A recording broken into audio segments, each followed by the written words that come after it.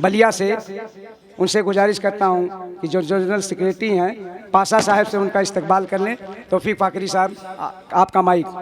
जिंदगी का 1 साल कम हुआ और कहते हैं नया साल मुबारक। हाज़रीन जलसा, सदर मुशायरा की इजाज़त देते हुए चंद अशार मुलाज़ा फरमाएँ।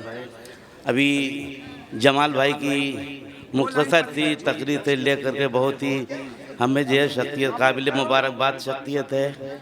अभी 2 शेर मुलाज़ा फरमाए इसके लिए। अदब की बज़्म है बैठे यहाँ करीने से, ये वो जगह है जहाँ ज़िंदगी संवरती है। और जमाल भाई के लिए एक शेर मतलब मराए उर्दू अदब के लिए बेपनाह खिदमत कर रहे हैं कि अदब को तूने लहू दे के ताबदार किया, अदब को तूने लहू दे के ताबदार किया, स्वादे फिक्र मानी को लालादार किया। बहुत बहुत शुक्रिया।